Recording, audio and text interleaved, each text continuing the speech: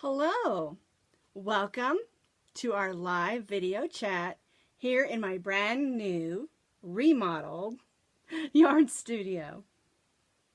Hey, you want a little tip I got from my dentist about drinking coffee and keeping your teeth white? She said, use a straw, but if your straw is too long, get you a pair of scissors and cut the straw in half. Then you can drink your coffee and it passes right past your teeth and keeps your teeth nice and white. Love my dentist. Well, I hope that you'll comment in today and let me know you've got your coffee or your tea or like last week, your Dr. Pepper. Now remember, every Tuesday at 9:30 Mountain Central Time, we are going to be having a live video chat to let you know a few fun things, maybe a joke or two, sometimes a giveaway. Good morning, Elizabeth. Clink. And anyway, at 9:30 every Tuesday morning, Mountain Central Time. Good morning, Denise. Glad you're here. Clink.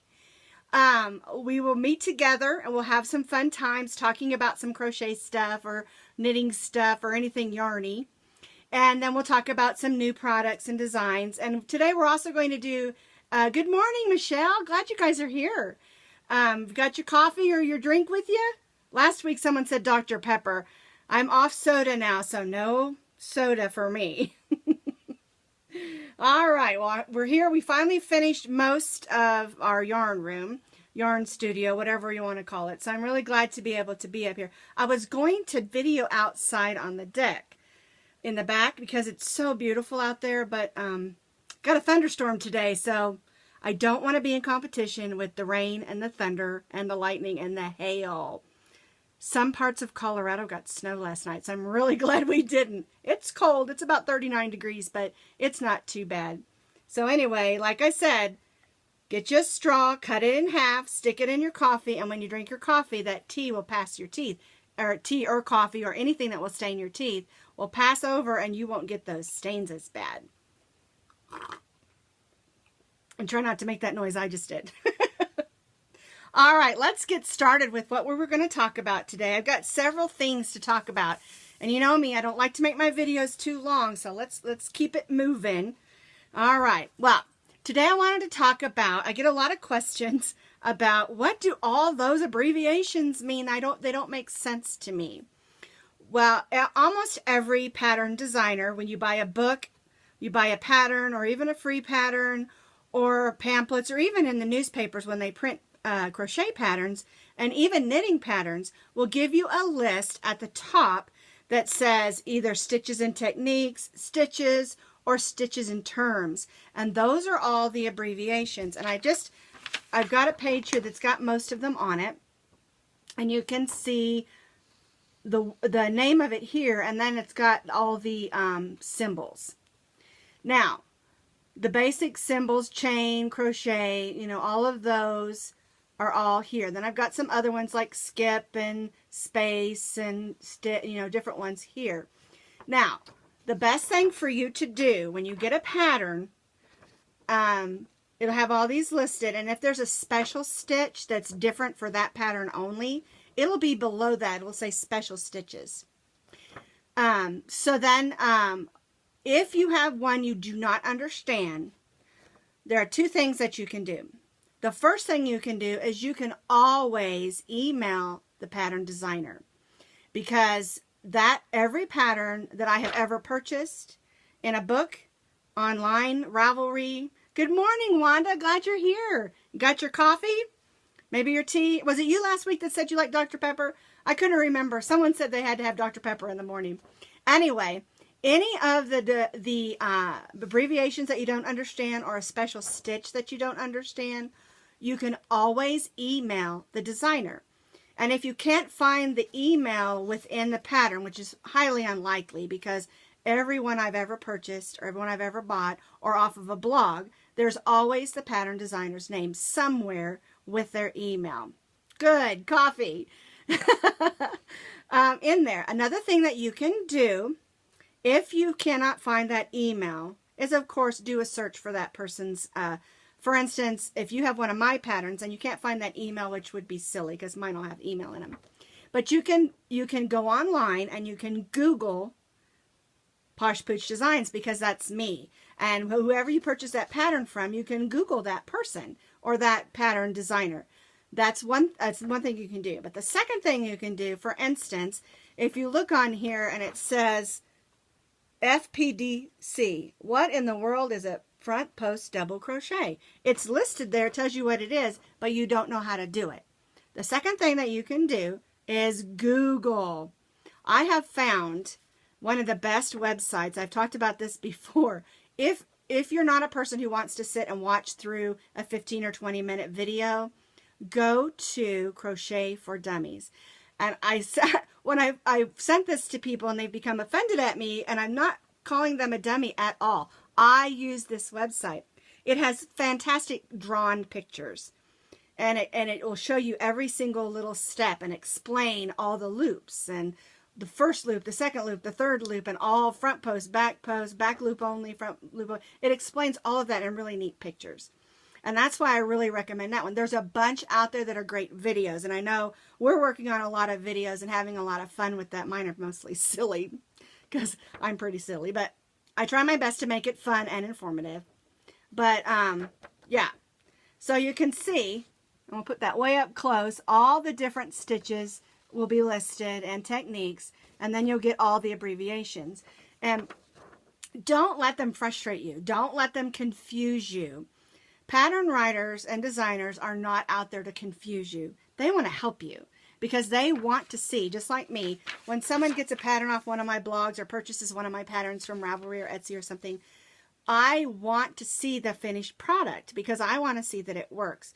I am always going in, updating my patterns, updating the links, updating pictures, because I want mine to be the best. And I have been, since I started doing the YouTube channel, since I started doing that, I have gone back into some of my older patterns and made videos for them and found some really silly mistakes, like misspellings of things like the word the instead of T-A-G, it was H-E-T or something. And what's so silly is I had my patterns tested. Good morning, Robin. It's glad to see you. Have you got your coffee? Clink in. But what I have found, I mean, I had my patterns tested. I use grammar and spell check, and some things just get overlooked. So it's kind of neat to be able to go back. And some of them I've kind of changed the wording on too. So as far as the official pattern terms, another place that you can go is the Crochet Guild of America. And they have a huge directory, like 3 or 4 pages, that have everything listed. And then they have a link where you can go to find that. Good morning, Michelle. Clink, clink, clink. Good morning, Sophie. I'm glad you all came and have your coffee with you. But anyway, you can go there and find all the terms also. And they all have links to places that you can find what those patterns mean. Now, the fun part of this chat is what we're going to talk about next, and it is the non-official crochet terms.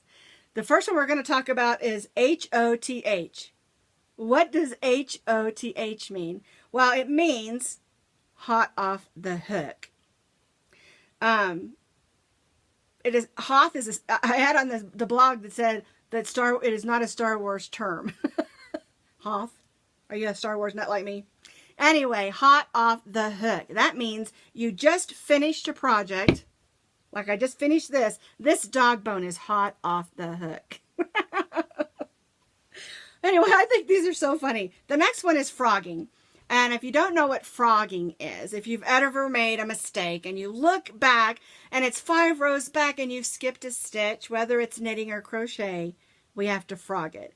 And that means we're ribbing it out.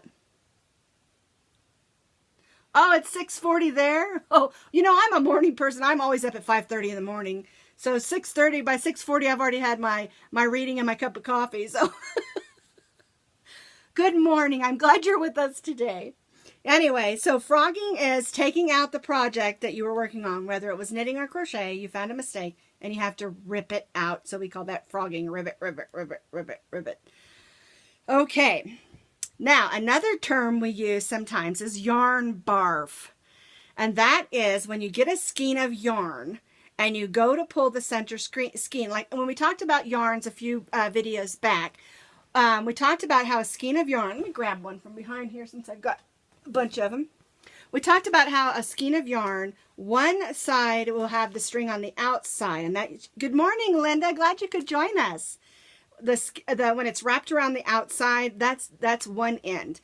The other end will be on the other end most of the time. Now, that's not always, especially if you buy from a local yarn store or something. But basically, that's the way it'll be. And then you go to pull out that center, and the whole center section of the yarn pops out. And now you have this big mess. That's yarn barf. Okay, so we talked about hot off the hook. We talked about frogging, and we talked about yarn barf. The next one is a WIP. What's a WIP? A whip. It's a work in progress. Sometimes when you're learning a new skill or a new technique or a new stitch, you might have the project halfway done and you set it aside because you're mad at it. And I do that sometimes because if I have to count too much and do too many tricky movements and stitches, then I'll set it aside. And that's a work in progress that I'll get back to later someday. Okay, now this next term is really funny because I'm always saying that I am a loose hooker. But basically, if you have a crochet hook and you crochet, you are a hooker. Now, I always make the term loose hooker or tight hooker because it depends on how you stitch. You got 3 work in progress. Hey, I've got about 20 times more than that, believe me. If you are a tight hooker, your stitches, of course, are real tight and close together. If you are a loose hooker, your stitches are looser. And a lot of times it depends on the day. If I'm having a rough day, my stitches might be really tight. But if I'm having a nice, relaxing day and I've had both cups of coffee, I might be nice and relaxed. I'm the weird person. Well, I'm weird anyway, but I am that weird person who can drink a cup of coffee and it relaxes me. Most people get all wired. Not me. It relaxes me. As a matter of fact, in the evening sometimes, I will take a hot bubble bath and drink a cup of coffee and then I sleep like a baby. So, if you own a crochet hook, or 20, like I do, or 100, you are a hooker. Don't let anybody tell you different. And if you crochet loose like me, you're a loose hooker. Okay, the next term on my list, what I did is I kind of asked people what were some fun, non-official crochet terms that they use sometimes. And that's where I got this list. But anyway, the next one on my list is the word yarny. And yarny, it just refers to a person who loves yarn of any kind. Whether it be string or whatever you crochet with, whatever you knit with, whatever you weave with, or maybe sew, embroidery, whatever it is, you are yarny. And it also can mean anything that contains to yarn. If you just like to braid yarn and make beautiful straps or whatever, you're still yarny. It's just a term that means you like yarn.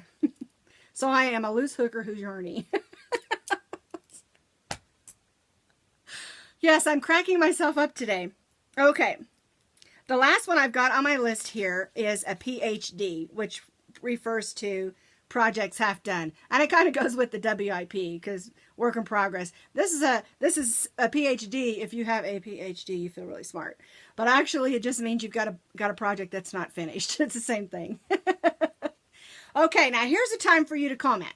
Do you have a yarn term that you use all the time that maybe I don't have on this list, or maybe a variation of this list that you want to comment in with? I'd like to see what those are. Okay, and while we're looking at that, let me shove that yarn over there.